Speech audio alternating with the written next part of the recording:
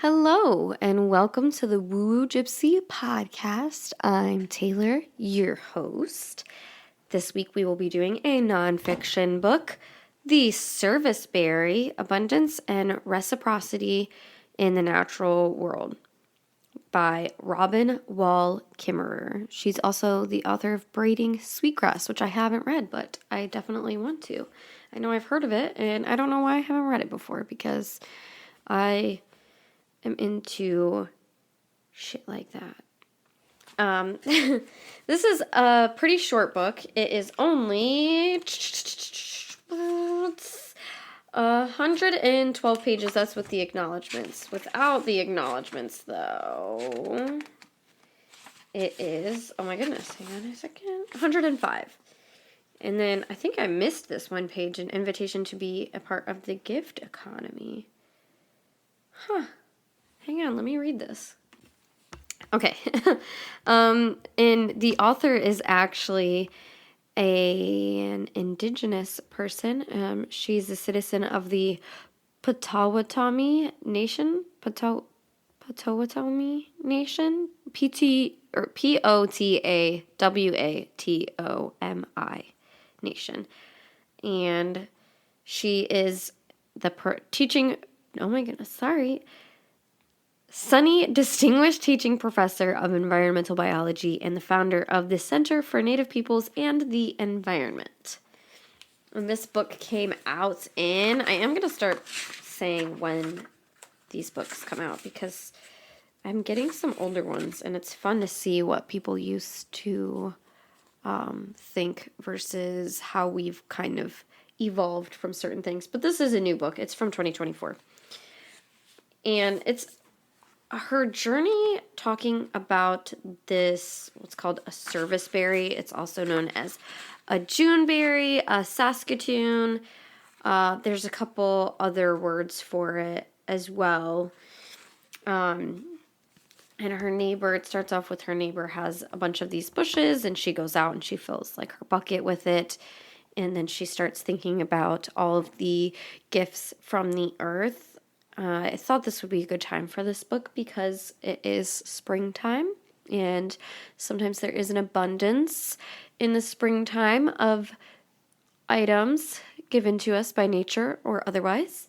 But yes, so her neighbor has an abundance of these berries, so she wants to gift her neighbors and she invites them all to fill up their buckets. And so it's got her thinking about the reciprocity of the maybe not universe, but of the world, of the natural world. I hope I'm saying that right. Reciprocity. I'm not sure. Also, side note, I'm sorry. I think these past 3 episodes I've had a sniffle. I'm recording them all at the same time. I'm kind of trying to do like a batch thing real quick because I have no internet and I am trying to get things out when I can right now. So that's just how it is. Anyways, back to the regularly scheduled program. I just wanted to apologize for the sniffles. She's thinking about how the natural world can have an abundance of things while she's getting these berries from her neighbor for free because her neighbor is a very generous, nice human being. And how there was certain, who was it?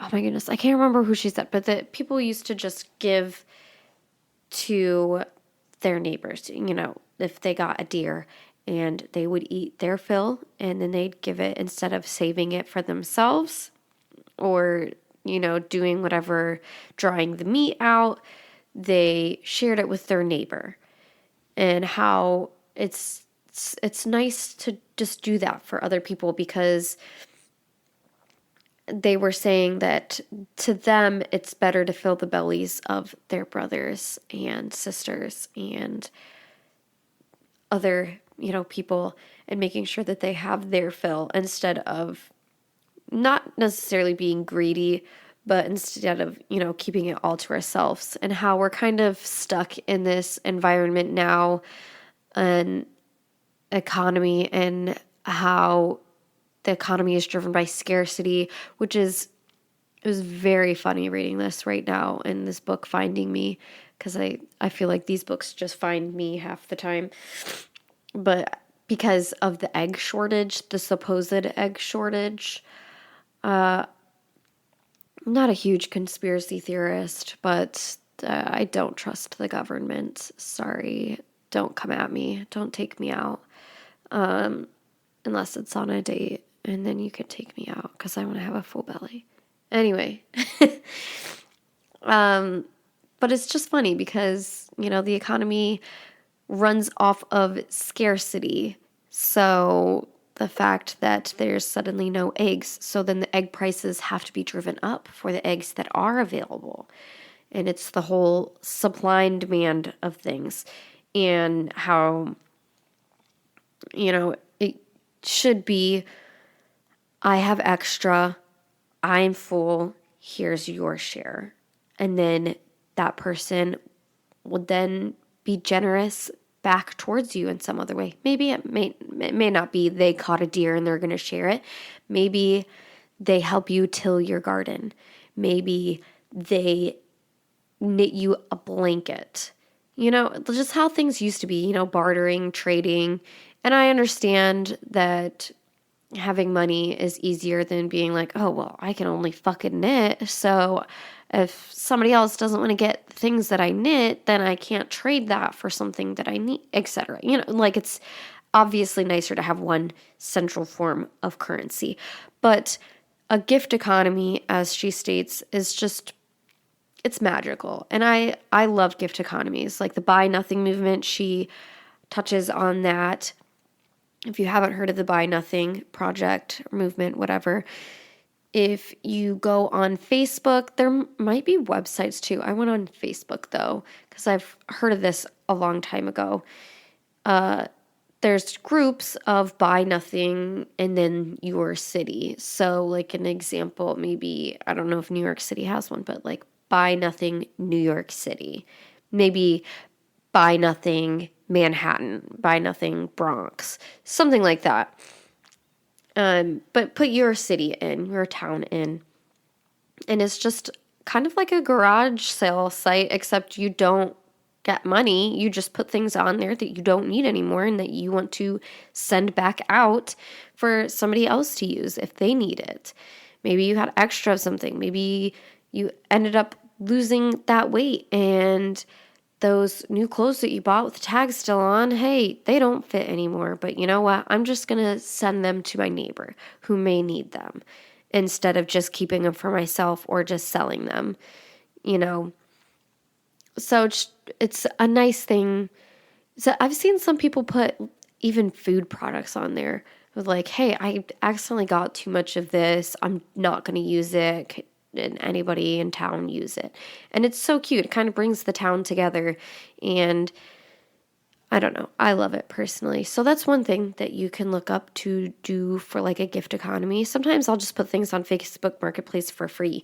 Or I've even put a table out in front of my house for free. And I put a bunch of stuff on it, which I plan on doing again once it's nice out and going through all of our stuff again. I have 2 kiddos, so they're constantly cycling through. And then my boyfriend has a kiddo too, so we're constantly cycling through things at our house. And they're always getting bigger and taller and everything. So, yeah. In my library even, they have a room in the library where they have some free stuff. It started off with just being some pantry items for people in the community who needed something. Then it turned into they got a fridge. Then it turned into they got a freezer. And now I see that there were some pet products there as well. And there's hygiene products there too that I have seen up there before. So that's like a gift economy. Just giving back if you have a surplus. If you have a farm stand, putting out a free farm stand stuff. And she did put that there's always going to be bad apples though. And there was an example of a free farm stand and they had a whole bunch of stuff and somebody came and she's like, I guess I can't say they stole it all because it was free, but somebody came and took all of it for themselves. So unfortunately, there's always going to be a bad apple when it comes to things like that, but there's more good than there is bad. And you just got to trust, that there's just going to be decent people. And hopefully, maybe they do use it. Maybe they needed it. Maybe they were throwing a party and they needed all of it. Who knows? Whatever. Just try to see the bright side of things. But that's one thing you can do. There's so many things that you could do to do a gift economy. And even bartering with your friends, maybe. If you need something, maybe they have a garden and they have a surplus of cherry tomatoes and they give them to you one day. And then maybe you make something and maybe it fits their pet. Maybe you make clothes and you made a sweater and it fits them perfectly, or so, just reciprocate back what you've been given. So I really resonated with this book because I'm kind of always been in that mindset of, hey, I've been gifted so many things and been so blessed in my life that I just want to send that back out to people, especially with my kids. I've gotten so many of their clothes secondhand and free from family members, friends of friends, I got a stove and my dishwasher for free from my aunt's friends who were getting new appliances and they work perfectly, and they updated my kitchen, by updating theirs. And all I had to do was my dad and my brother had to go get them. That's it. That was the only thing. And so, yeah, I've been so gifted in my life. So I'm always trying to give back. I do resell some stuff too, but especially if I can't resell something, then I'll just give it away. I will donate it. I try not to donate to Goodwill just because I feel like they price gouge, and I feel like a lot of the thrift stores price gouge now, especially when they're paying their employees minimum wage. And anyways, that's a whole other episode. So I try to donate to those yellow boxes that are around. I'm not sure. I don't think that's just an Ohio thing, but the donation boxes of the Second Harvest, it's not Second Harvest, but whatever organizations and local thrift stores, people that I know that are not part of chains thrift stores, and just giving donations to them instead. If somebody doesn't just take the free stuff off the table outside of my house, because there were some things that were taken, but not a lot. Anyway, and she just goes into the gift economy and how we have to respect Earth and not take too much from her. And if we are blessed with an abundance of something, give it to your neighbor, give it to your parents, your siblings, your friends, strangers. Don't. I feel like that's goes along with abundance too. That's how it kind of ties into the woo-woo for me, is that I feel like that's a mindset of abundance, of instead of me hoarding this and keeping it, I'm going to give it to some. And I don't mean hoarding it in a bad way, because I like to stock up on things sometimes too, so I don't have to get them for a while. But yeah, basically just being you know what? I'll get another deer when I go hunting next time. So I don't need to, I can share this with my neighbor. I don't have to dry it out. And, obviously we're not living in times like that anymore, but you know what I'm saying. If you go fishing and get a shit ton of fish, my grandpa used to have a fish fry. Nobody paid for the fish. Everybody brought their side dishes if they wanted and desserts, and we all just enjoyed the surplus of whatever we had with each other. And he would be fishing all year, and he'd keep a little bit of the fish, but instead of keeping all of it, he would invite his family over, and I miss having the fish fries all the time. R.I.P. Gramps. But I didn't realize that until now, that was kind of like a gift economy. And we all got together. It was the whole fucking family. The whole 2 yards were filled. My mother and dad's yard and my grandparents' yard next door. All right. I think that's about it for this one. That was pretty much the gist of the book, was a gift economy and, just taking care of each other, taking care of the earth, and being good to nature, because we're part of it. And I feel like people can forget that sometimes, especially living in cities and big towns and such. So, give a gift to somebody without expecting anything in return. Do some of the examples in this. Please. Send out the love. All right. I hope you have a good rest of your day, rest of your night, afternoon, weekend, week, month, year, life. Just have a good all of it, and help somebody else have a good all of it too.